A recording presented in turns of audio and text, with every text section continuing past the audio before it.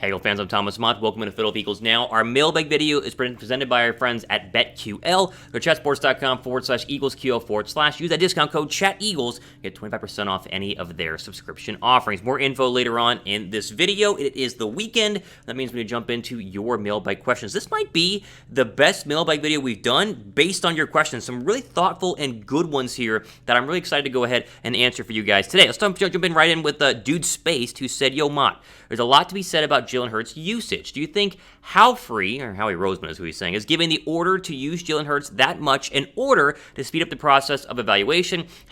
#Eagles. It's not beyond the realm of a possibility. I mean, Howie Roseman, the GM who is, either the greatest ever or the worst ever, and we kind of mix back and forth every single offseason and during the season as well, could be doing that. But let me just say this. Howie better not be sabotaging Jalen Hurts. I'm trying to think about why he would actually want to do that, because it was Howie Roseman who drafted Jalen Hurts in the second round in order to, I guess, have some depth. You got to go all the way back to that draft and think about what was Howie Roseman's thought process. Was the idea to just have depth behind Carson Wentz? Was the idea to push Carson Wentz? Was the idea to eventually replace Carson Wentz? We don't know why he essentially drafted Jalen Hurts, but either one of those three options doesn't mean that you then go ahead and sabotage Jalen Hurts when he's the starter, because the option that the Eagles have right now is to go and draft somebody next year, and it's not a strong quarterback draft. There is not a quarterback in this draft that I go, oh yeah, that guy's going to for sure be good. There's no Justin Herbert in this draft. There's no Josh Allen in this draft, at least right now. Eventually they could become good. Just because I don't think they're good right now doesn't mean they're not going to be good 5 years from now.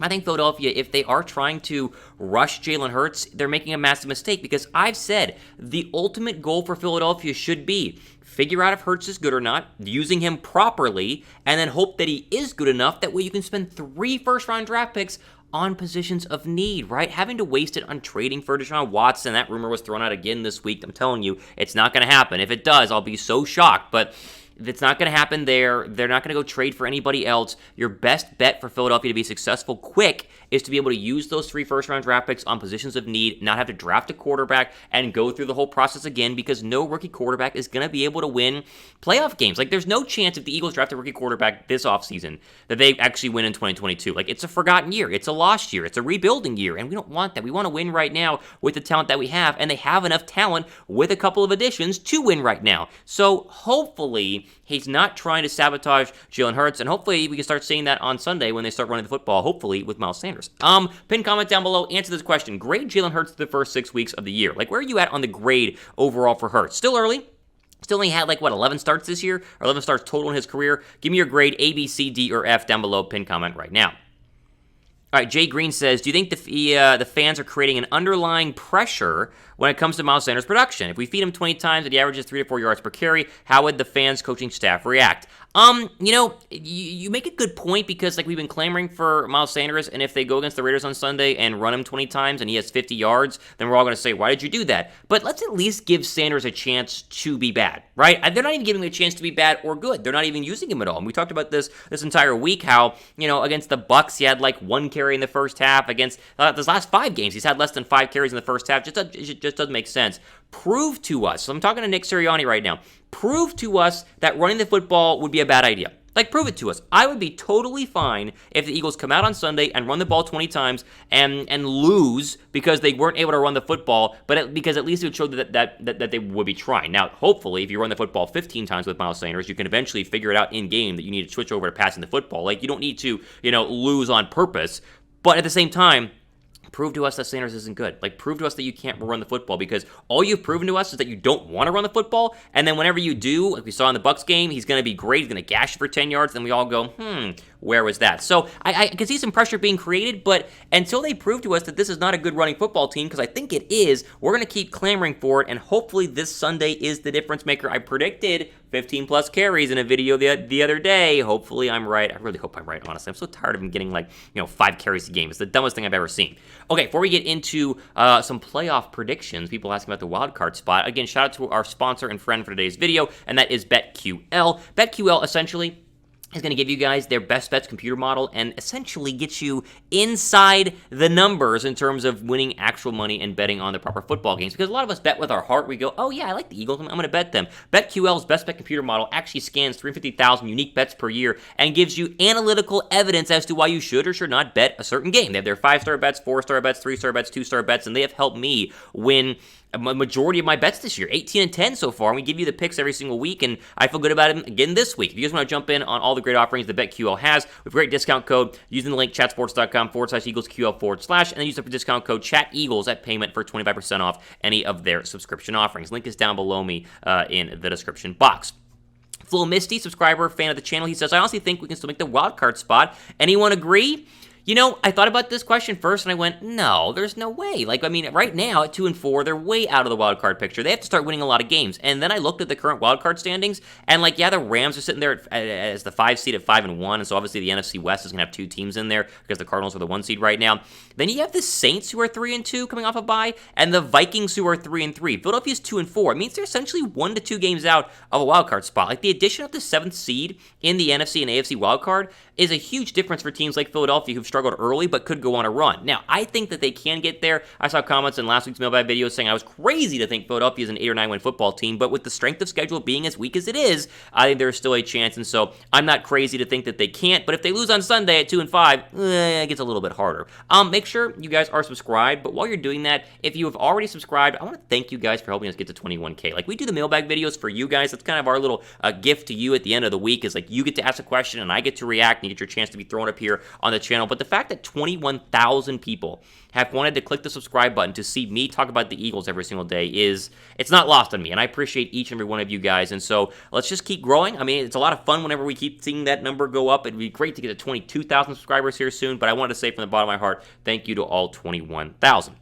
Another subscriber here, let's get to him. Big Dog 1891 says, what do you think about a trade for Myles Jack that includes Derek Barnett? Totally great. Like, I would love that. I did a trade candidate video earlier this week. A lot of you guys watched that one, and you saw me say, I want Myles Jack so bad. Like, I want Myles Jack more than any player right now in the NFL. Now, obviously, there are some other players that I'd rather have, but any realistic trade option, and getting rid of Barnett would not be a bad loss. Like, Philadelphia's going to have to draft a pass rusher in next year's draft. I would hope it's going to be the Oregon pass rusher with one of the top 3 picks. You know, cross your fingers the Miami Dolphins keep losing. But getting rid of Barnett would have no impact currently on this team. I think that you could just mix in Ryan Kerrigan, play a lot more Josh Sweat, and be just fine. I'd be all for trading for Jack because he would make an instant impact. Is there a player you want the Eagles to trade for? Like, is there a player you really want Philadelphia to go ahead and add? Let me know who that is down below right now. Mine is Myles Jack. Who would you say? I'm going to see the comments here once this video is uploaded. Before we get into our last couple of questions, quick shout out to our friends at BetMGM. If you're wondering where you need a home, I should say, for placing all of your bets and winning money and cashing out, do it with our friends at BetMGM because they have a great discount, or a great, I should say, promo right now running, where if you create a BetMGM account, deposit $10 into the account, bet the $10, you receive free your BetQL. We talked about that earlier on in the video, within 24 hours of your wager settling. The link is down below me right now in our description box.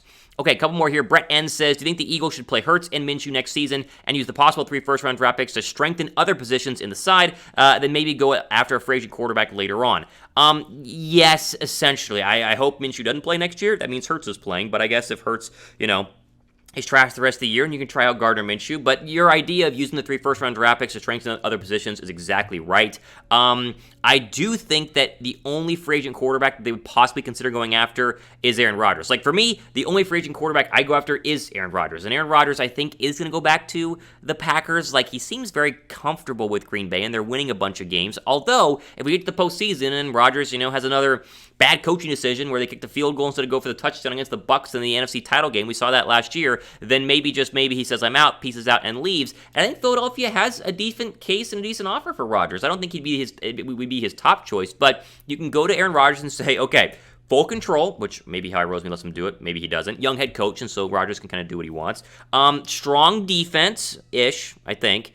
Very good offensive line, and weapons around him, plus 3 first-round draft picks. And guess what, Aaron? You can decide. Like, what do you want? You want a wide receiver? Do you want a pass rusher? Do you want a cornerback? Like, Rodgers would have, 10 draft picks and a ton of free agent money in order to spend, whereas if he goes to some of the other rumored places, they don't have a lot of draft picks, they don't have a lot of money. And so I think there's at least a pitch there, although I would say the likelihood is very, very unlikely. But, In terms of free agent quarterbacks, Rodgers is the only one I would even consider going after. It'd be fun, though. It'd be very fun to see Rodgers finish his career like Brady has with the Bucks, with us in Philadelphia. You guys think the Eagles should go after Aaron Rodgers? I mean, why not? I mean, at least make a pitch. At least make a phone call to his agent. See what he thinks. You think they should type Y down below for yes? Think they should not type N down below for no. Let's do one more here quickly. Charles says, who do you think the Eagles should draft in 2022 draft? What position is needed the most? Let's just give you my top 4 positions of need right now. Linebacker is very clearly number 1, like absolutely way up here in terms of number 1. Number 2, I still think is defensive end because you're not going to have Derek Barnett coming off this last year. You're going to get rid of Ryan Kerrigan. He's definitely not going to come back. And you're going to be having an aging coming off an injury, Brandon Graham. And so pass rusher is for sure a need. I think cornerback is a need because I'm not sure I'm sold on Steven Nelson. I like what he did this past week, but I'm not sure he's actually going to be someone that you need to re-sign and bring on for more years. I do think Darius Slay obviously stays. I think safety is up there as well. I think those are your 4 big needs right now: linebacker, defensive end, cornerback, and safety. I would throw in wide receiver because I'm kind of out on Reagor right now. I don't think he's going to be up there, and so you can still mix in maybe an offensive lineman as well, but those are your top 4 needs right now in Philadelphia. Okay, all we have for today on our weekend mailbag video. I appreciate you guys. Enjoy the rest of your weekend. Hopefully, wherever you're at, it's a beautiful weekend. It is here in the ATL. Hashtag Eagles in the comments section to get in on next week's mailbag, and make sure you guys are subscribed as we'll break down on Monday. Hopefully an Eagles win. Like, come on, baby. They gotta beat the Raiders. I feel good about it. We'll see what happens. Of course, we'll cover it here on the channel. Again, for Philadelphia Eagles Now, I'm Thomas Mott, signing off. Have a good weekend. See you guys.